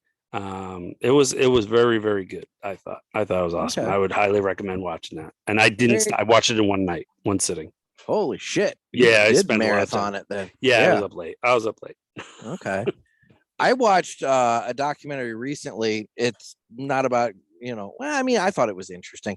But it was on Netflix, and it's called Unknown Cave of Bones. Okay. And what it's about these scientists who find a cave full of bones. Well, in the cradle of life down in Africa, and they find this cave, and it's got these bones in it, and they realize that they have found like a new proto-human. Like it's not like one that we knew about, so they find this new proto-human, and literally all they know is what they have of these bones, and they're looking at them, and then they go in to this cave a little further, and dude, they show the diagram of the cave and how it's all set up. You got to do this like crawl, like in this like super tight like tunnel thing to get into this big room that they call like the Dragon's Tail. And that apparently what this whole cave is it's where this civilization would bury their dead. So if you died, they would drag your corpse through this whole deal, and they would go to what they call the chute. And in the chute was this giant just drop that laundry chute was only for like bones. It's like 18 centimeters wide. It's like super tight. So like these are itty bitty people, and they drop down there, they go up, and then that brings them into the big burial chamber area. So like this is an elaborate process to get these bodies to where they would ultimately be having their final resting. Exactly. And so they did this, and they're finding all this shit. And like one of the things they found was evidence of a fire, And it's like, holy shit, this is, and mind you, these people are 250,000 years old, 250,000 years ago. Jesus. Okay. So like this is like blowing the science of this all to hell. Because like now all of a sudden they're like, holy shit, these people, they had fire and they were using fire. One person was found clutching this rock in their like little thing. And they're like looking at this rock and they couldn't really unearth. So what they did is they put it in plaster and then sent all that off to like do like, you know, the scans where the MRI and all kinds of different scans and shit to like visualize it. And they found that they're like 90% sure that this rock this dude is clutching is a tool because it's sharpened up and it's shaped and everything. And they're like, holy shit, that proves that these people had tools. And not only that they had tools, but they gave this person a tool to hang on to in death, which then led them to the conclusion that these people believed in an afterlife. So now you have a civilization of proto-humans who, like, you know, missing link type shit, that now you're saying they believed in an afterlife, which is like a totally like Homo sapien concept and all this. Right. And the fact that they actually had burial rites and burial ceremonies or procedures, and they didn't just like leave the dead body there for the animals to get and whatnot.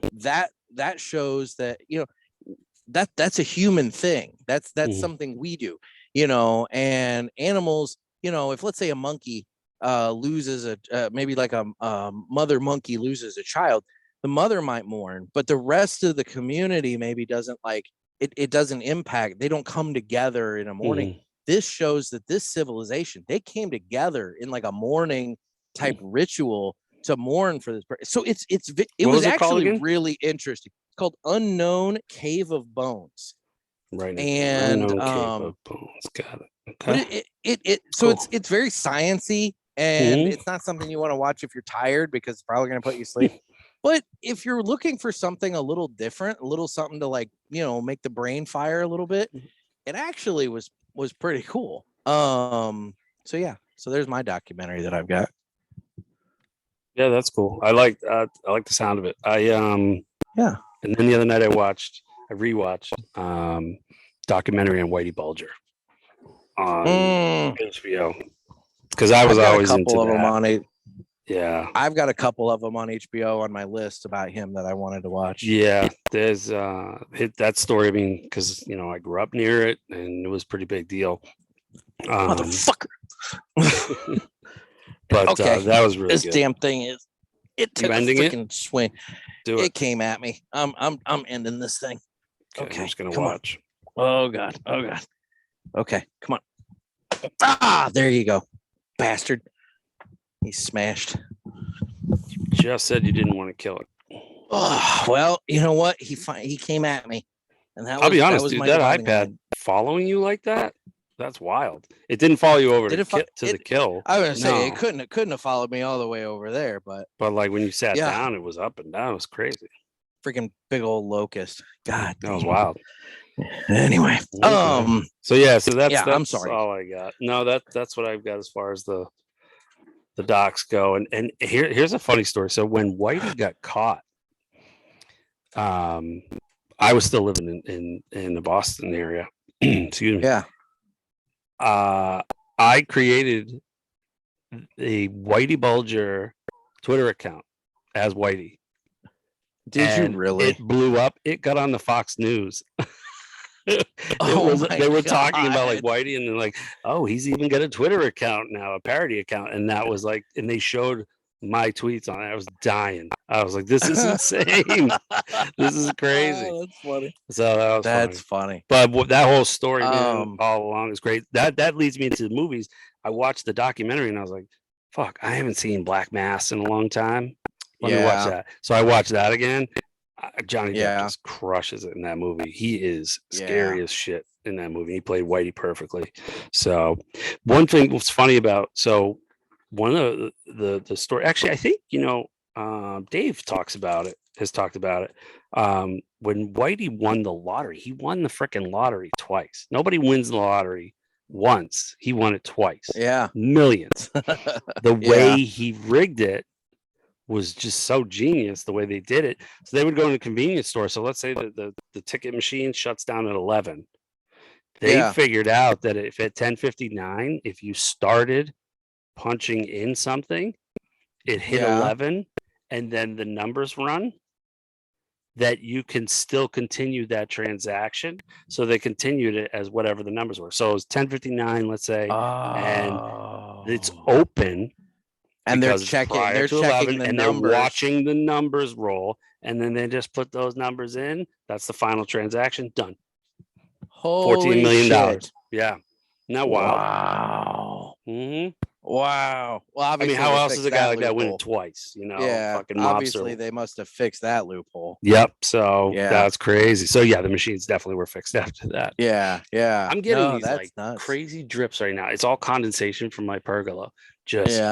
Because it was so freaking wet. Now it's cooling down. Everything's just coming down.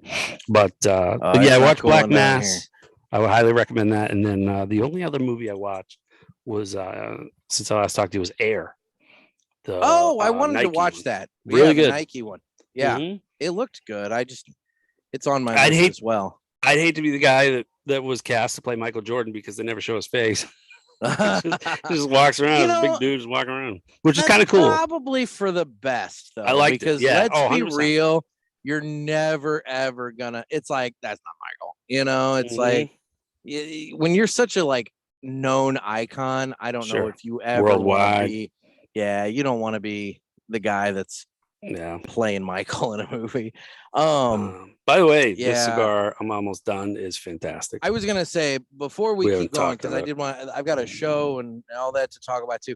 We really haven't talked about. I mean, I'm loving this. It's very reminiscent of the Encore and the Pledge and the La Historia, which are the other big ones from EP Carrillo. And it plays well off those. It definitely is part of that. I feel like it's lighter group. I feel like a little bit. Did you retro it all? I did, and it didn't slit my throat. Exactly. I mean, I may have coughed like once, but realistically, it's a lighter smoke than the Encore and the Pledge. It's good.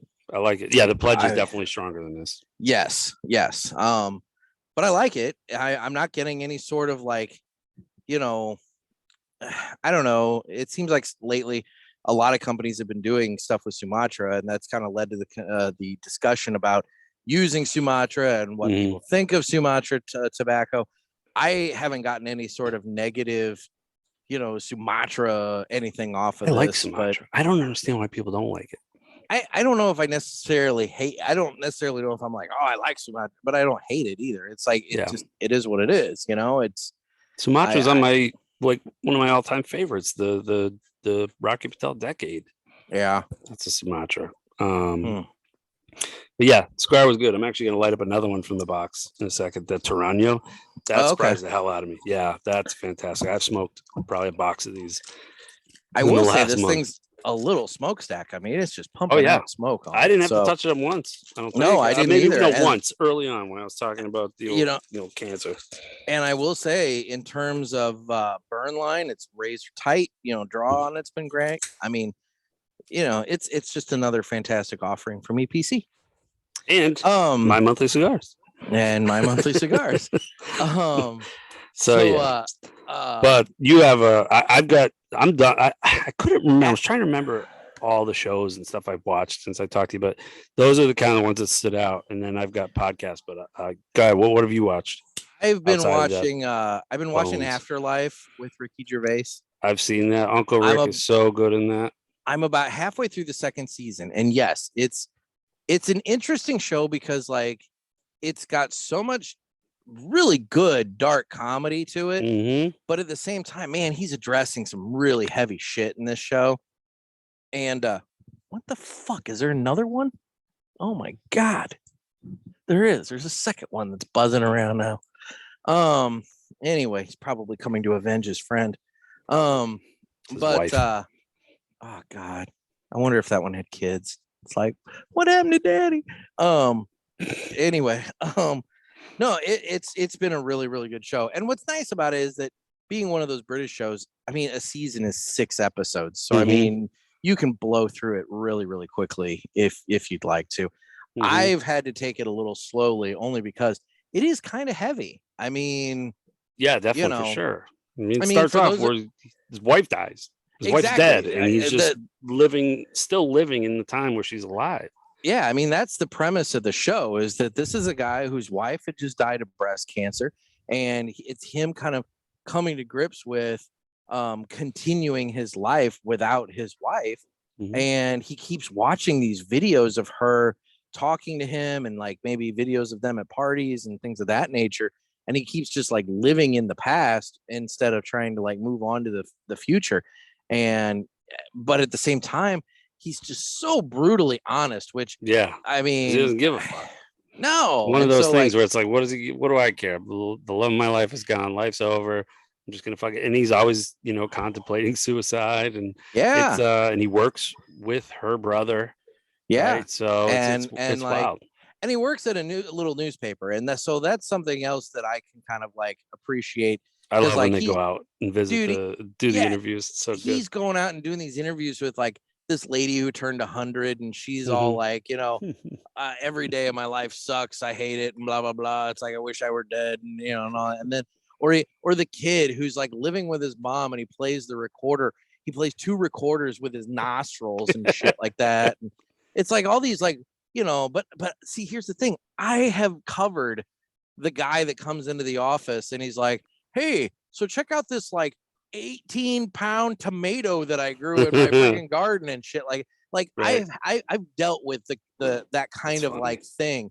And so like I can relate to some of that to a degree where it's like, really, this is what's going to go in the paper this week. But those people fucking eat it up and love it. And they love it, sure, because it's not fucking shit news that like you hear every day. You ever watch fucking David Muir and 6:30 every night? On ABC News, nightly news. My wife's addicted to it. I think she's addicted to him, but I get it. So am I. He's a good-looking dude. But at the same time, like, I'm like, why don't you just go on Twitter and watch the news? She's like, yeah, this is how I watch the news. So I get it. It's her outlet. Yeah. And I'm like, they come on every night. Every show is exactly the same. He comes on, he goes, breaking story as we come on the air tonight. Always breaking stories. Nothing that's happened. It's breaking. It's breaking. And then it's 9 stories about shit happening. And at the very end, of course, America Strong. That's how they leave you. Because that's how every, the MO of every show like that is. Every news broadcast, the last thing they leave you is a good feeling. So, we're going to tear you down for half an hour, and then we're going to make you feel good. Yep. Yeah. Because this guy makes, cupcakes in his basement and sells them. Right. So, but the other thing, if you like Afterlife, which is really good, I'm firing up that Tarano as well, by the way. Yeah, me too. I'm nice. You're gonna like it. I love the interaction with his dog throughout that show too. It's great. And has he gotten to the point? Yeah, he must have, where he's met the old lady at the cemetery. Yeah, he's met her. Yeah, that's and her. He's met the prostitute or the sex worker. Sex worker. The mailman's awesome. And then if you like that show though, I recommend watching Derek, another Ricky Gervais show, another one with some people from that show. Same thing. Derek. It's all about, he's this I don't know how to say it, just sort of a mentally disabled adult that he plays. But he's super nice, like he's very like mellow, and it's just and the orderlies that work there. So his wife in Afterlife, the girl plays his wife, is the main nurse in this show in Derek. In the nursing home or whatever kind of home it is. I forget what it was, but I mean it's fucking hilarious. And then if you want even more, you watch the bloopers from that. From Derek, and you'll piss your pants. It's so good. So good. But it just shows to me, to be honest, like Ricky Gervais, how Uncle Rick is really widespread. He's it's not just The Office, which is genius. What he's So what's the show he did? He did a show where at one point he's interviewing, I think, Patrick Stewart, and Patrick Stewart's talking about some movie idea where he's like got this superpower where he can just like Was it? Is that what? No, where he's no, like, no, no, no, no. Where Patrick Stewart's talking about how he can look at a woman and all of her clothes fall off. Yeah. What the hell is the name of the show? Because it's him and it's the other guy that created The Office, the tall blonde guy, glasses. Yeah. They're right. Is that what you talk about? Where they sit behind a desk and they interview people? I don't know. Because Johnny Depp was in that, I think. I don't know. He was like in a dressing room with Patrick Stewart, and they were doing it. I don't know. I don't know what that was from, but I always remember he's done a bunch of shows. That bit, and it was funny as shit. It's so, funny. anyway, truthfully, that's about it. I covered Storybots pretty extensively the last time, so I don't think I need to do that. So, well, let me dive in then and into. I would say you have your podcast recommendations. Two of them I listened to. I loved Who Shat on the Floor at My Wedding. Did you like it? I did. It was a dumb premise. It is a dumb premise. Great premise at the same time. It was awesome the way they did it. So fun. It was one episode that was dry and like what the hell are you doing? But the whole thing was really good. Yep, the whole thing was really good. I still think Hank had something to do with it. 100% he shit on the floor. See, I think the entertainer is the one who shit on the floor, but I think. Well, you're right. I think Hank knew. I think he covered up. Yeah. He covered up for him. He was being a bro, and he covered up for him. Did you think? Okay, I'm going to say this, and I don't know if you might have to go back and listen to his voice to see. Dude, as soon as I heard Hank's voice, he sounded just like Pedro Pascal. I don't know if I know who Pedro Pascal is. Did you see that movie, The Unbearable Weight of like some incredible talent or whatever with Nicolas Cage? Nope. Okay. I would never know. I'd have to look him up. So Pedro, he's been in a bunch of shit here lately, but I like Pedro Pascal. And by the way, that movie with the one that I'm talking about with The Unbearable Weight of whatever the fuck with Nicolas Cage, that's a good movie. Good.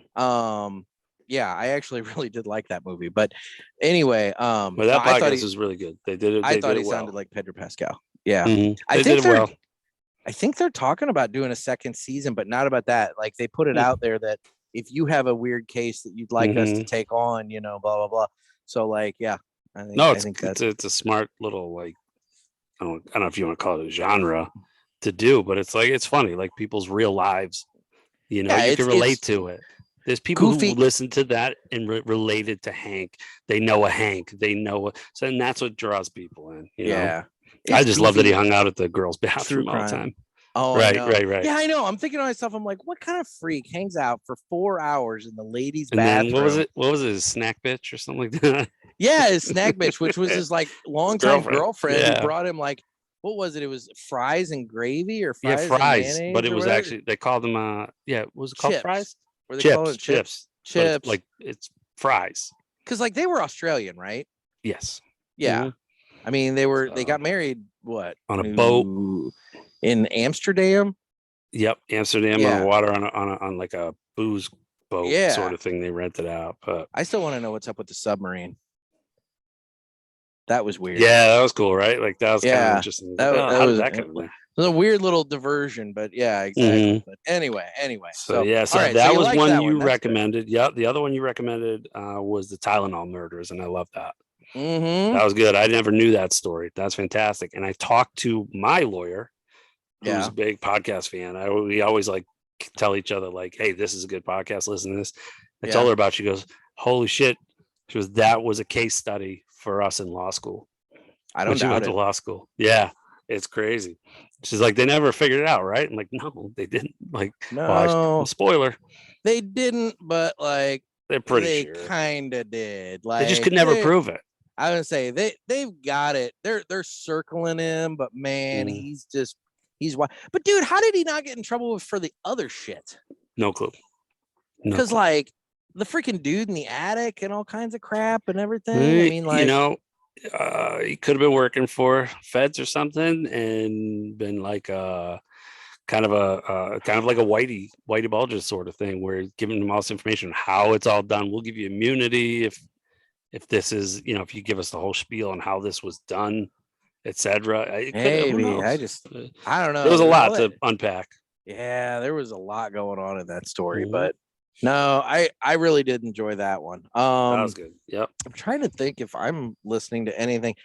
I've been playing catch up on podcasts here lately because so that week that I had my son, it really, it just put me behind on like every little thing in life, which, I don't mind at all, but it's one of those things now that it's like, I have a week's worth of podcasts to catch up on, and on top of the other ones that I was already behind on.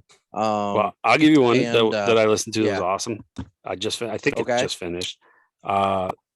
The Trial of Kevin Spacey. Ooh.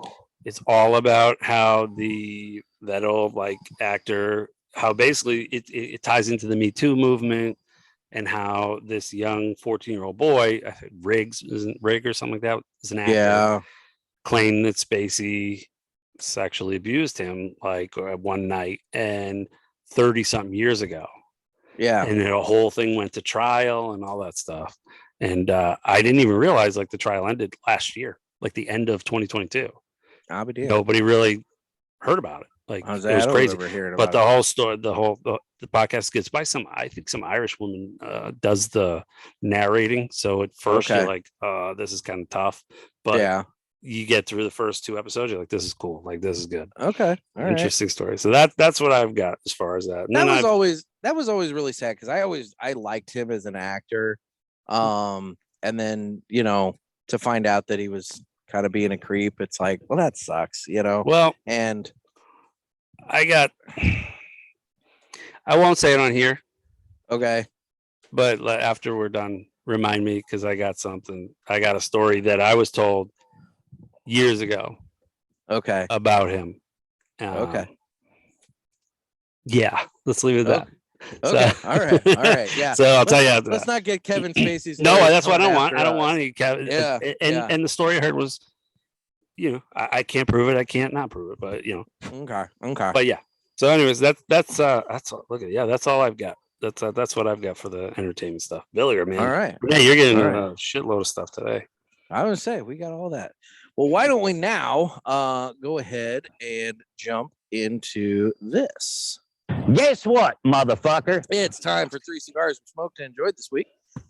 And anyway, what have you been smoking there, Nick? I'll be honest, this past week has been pretty busy, and I have been smoking really what was in the July box this month. Okay.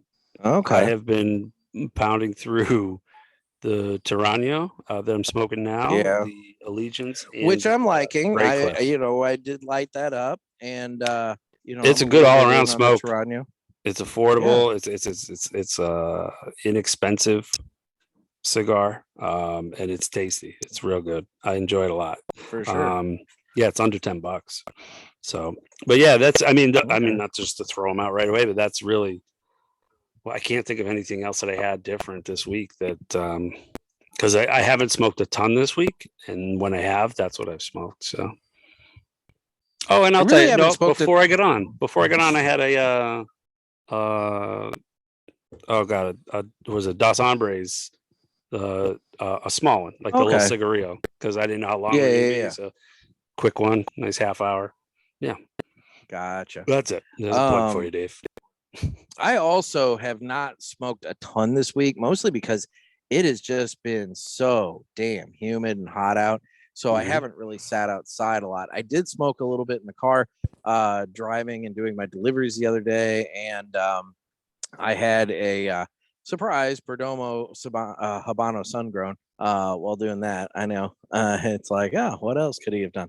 But then today, I went over to Riverman and sat with Mike Brinker, who was on the show with me last week, and he and I hung out. And I had a Brick House Natural, so the sun-grown version of that, and I had a Dias de Gloria by AJ Fernandez, and that's one of those cigars that I don't catch it too regularly, but when I do, I really dig it. I had it there for a while, regularly, and since then it's kind of fallen away for me, but when I do catch back up with it, I'm like, why am I not smoking this more regularly? So I don't know. Well, that reminds me. Dig that. So. That actually reminds me. When you mentioned AJ, I had a New World, the Dorado. Oh, okay. AJ, yeah. Yeah. You hear all this shit falling down on my table? I do. It's like, is that what that is? Is water dripping? Yeah, because I got this like 70% shade pergola. That's not a full roof, but it's like got all these like slats, and it's all the condensation from the sweat earlier, and now it's just dripping like crazy. Wow. Whatever. It sounds like rain, but it's not.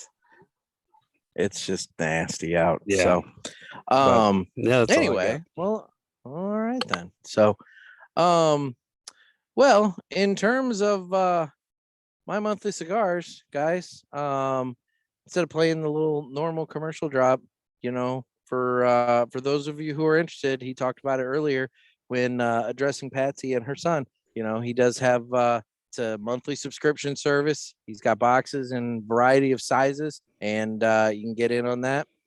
The deadline to get in on the next month is the 15th of the prior month. So we're coming up, so August right now, 15th August will be the deadline to get in on September. So August 15th will be the deadline to get in on September. Precisely. Yeah, like I always say, there's a couple extras always. So if you get in by the 20th, you're pretty good. 15th is always, it's not it's a hard deadline, but it's not, because I always have a couple extras. So, and I want to get you in as much as possible. But yeah, it was funny listening to Pinky the other day talk about how when that's not her on the, the commercial, and I need to connect with Pinky. I think her and I would get along well. She was saying some things that I know. I really I agreed with a lot. I'm trying to think of one of them, but because it was like, oh my god, she nailed it. You guys were talking about one thing the other day that I was kind of mad you didn't really get excited about was Cinnamon Toast Crunch. When she said that, I said it right before in the car. I think it might have been this morning. I was driving. I'm like, I was listening to the show, and you're like, what's one cereal? And I'm like, Cinnamon Toast Crunch. And then she goes, I really like Cinnamon Toast Crunch. I'm like, yes, it's awesome. I got 2 bags in the thing, and I rarely eat cereal, but when I see it, at like Costco, I buy it. It's interesting.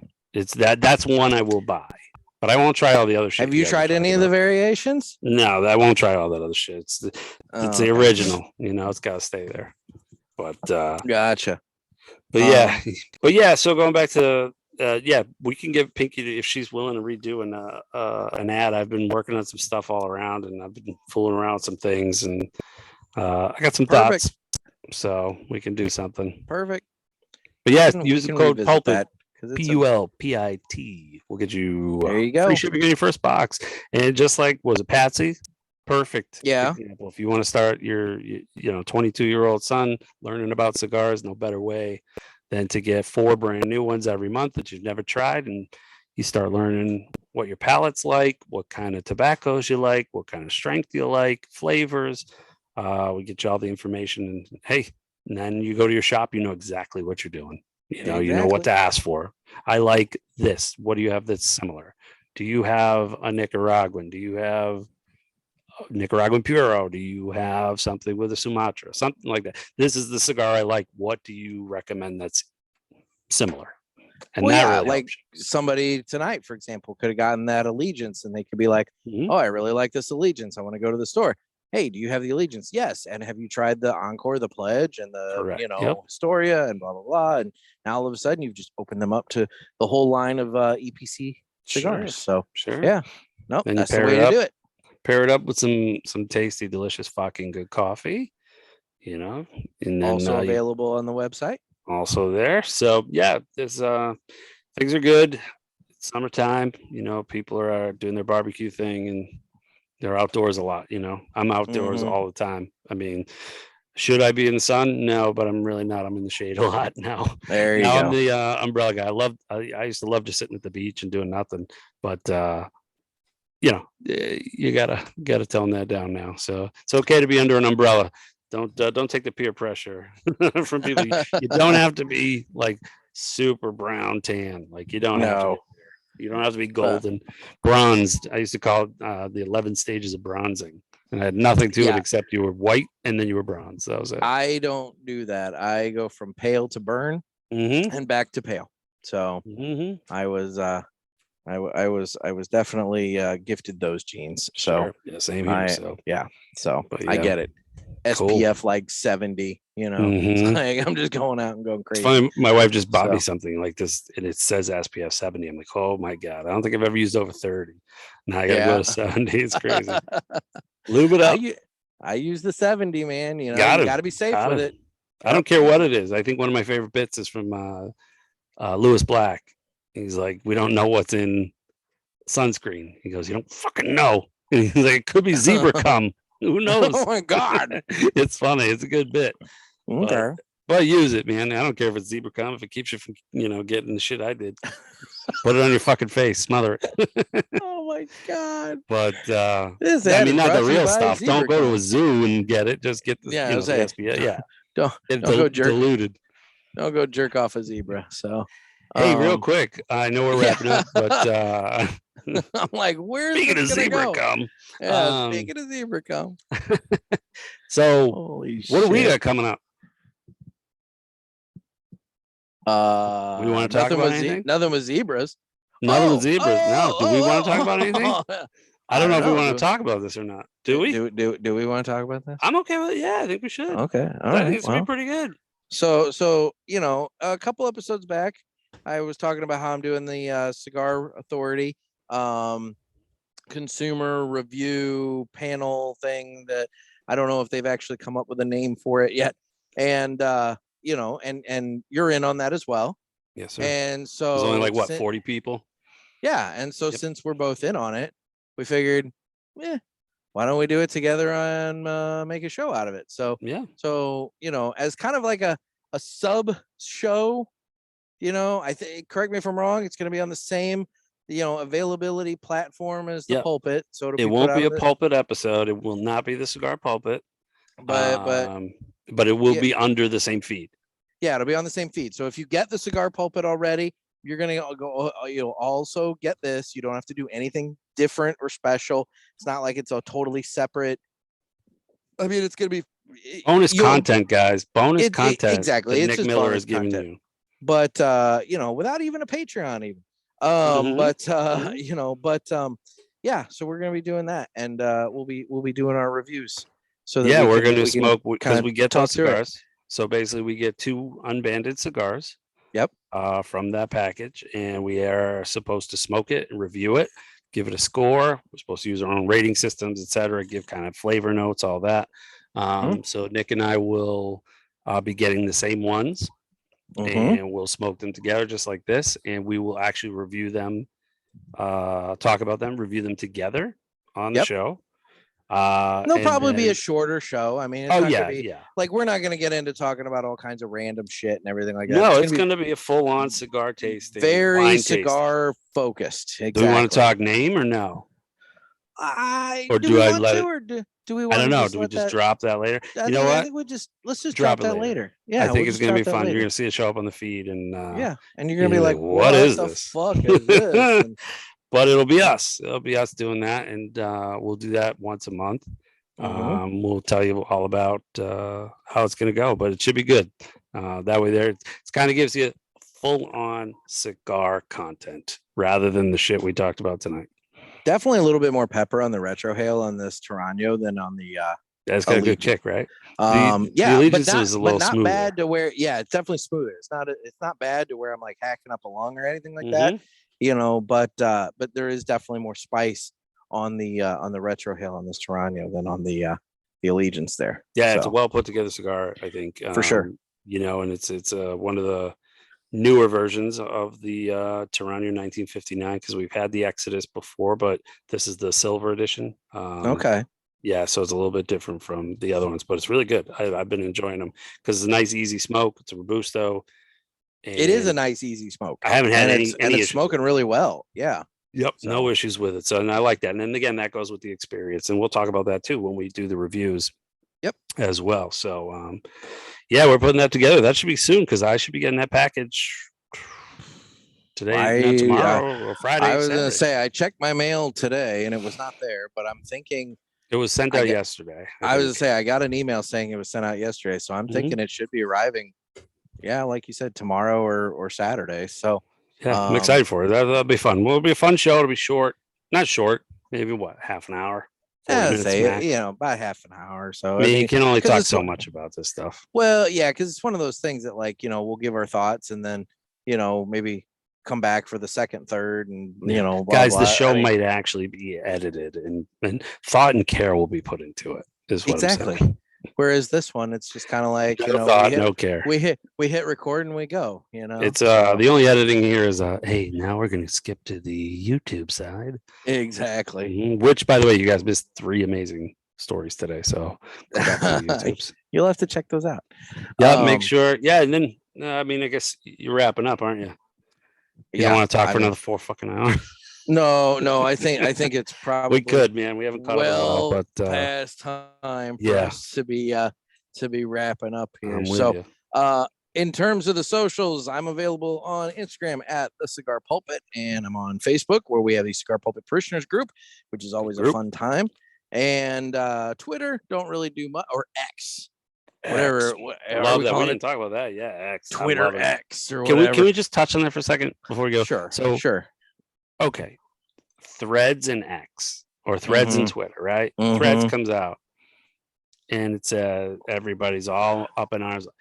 Do you believe it? Can you believe it took this amount of time for Threads to get 10 million users and it took Twitter months? I'm sorry, but when you have an already established group called Instagram, exactly, that is 2 clicks of a button, and not re-downloading anything, just you got to do. It's very easy to do that. So then I saw a funny and now photo you the other can't day. Get rid of your Threads unless you get rid of your Instagram. So I didn't join Threads because number 1 of that, number 2, I don't trust Meta. They don't like our industry at all. Nope. They censor the shit out of us on all their platforms, Facebook and Instagram.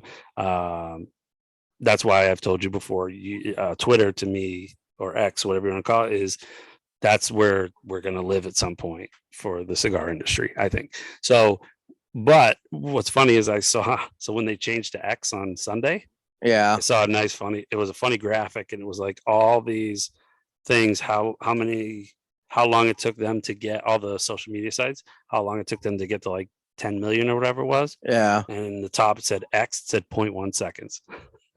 Wow. Well, because all it did is just switch. It's Twitter. Yeah, just switch the name. Yeah. So it's kind of funny. It was kind of like, screw you, duh. Yeah, we've already got it quicker. Here's what it is, right? But see, I saw that, I guess he's going to face a mountain of lawsuits because Microsoft and Meta and a whole bunch of other places. They all have different, to it, right? They all have copyrights or something on X or some shit like that. I don't know. So but I get the sense he wouldn't have gone through with it if not, because everything he does, he's got an obsession with the letter X, right? Everything is X, Tesla, everything, SpaceX, Tesla X, all that kind of shit. So I don't, and his son, didn't he name his son X or something like that?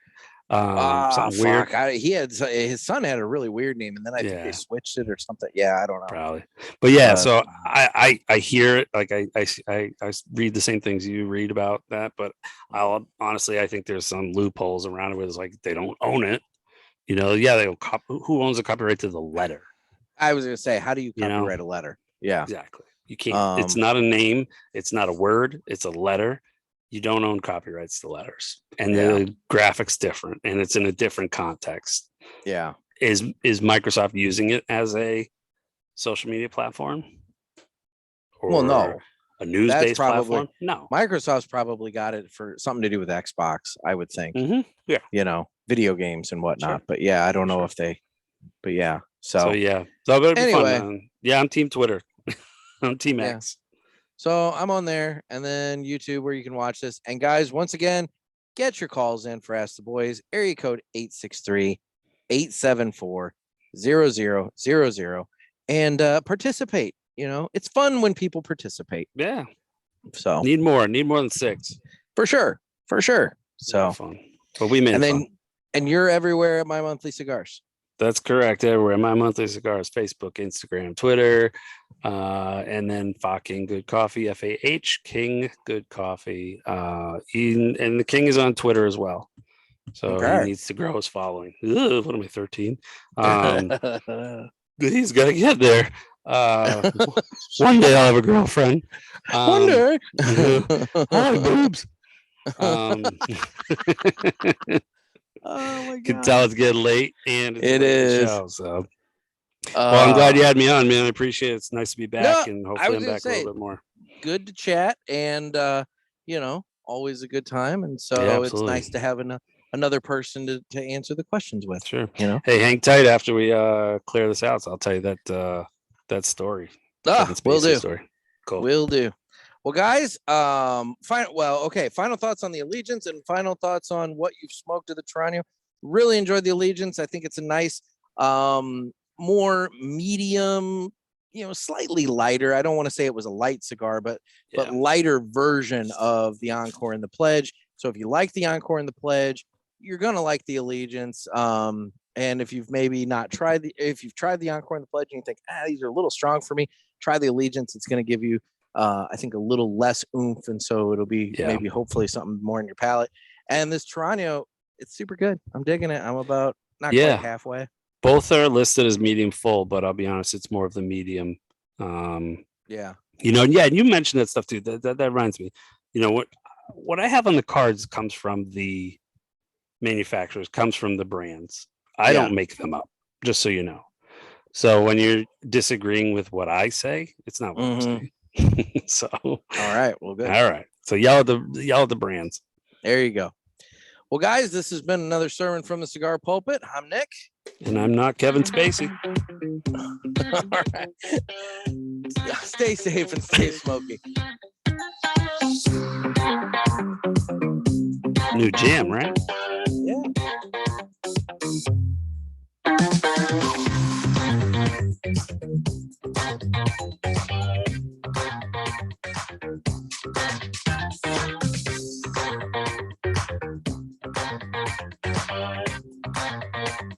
Christ, it's way longer than I thought it was. Actually, it's shorter than the old one was. Is it? It is. Seems long. It's at least 6 seconds shorter. The reason it seems a little longer is because it's a little louder, and so I don't start it right when I do the whole this has been another sermon, blah blah blah, and all that. I start it like kind of almost after I've been talking, because otherwise it's hard to talk over it. But it is actually shorter than the old one.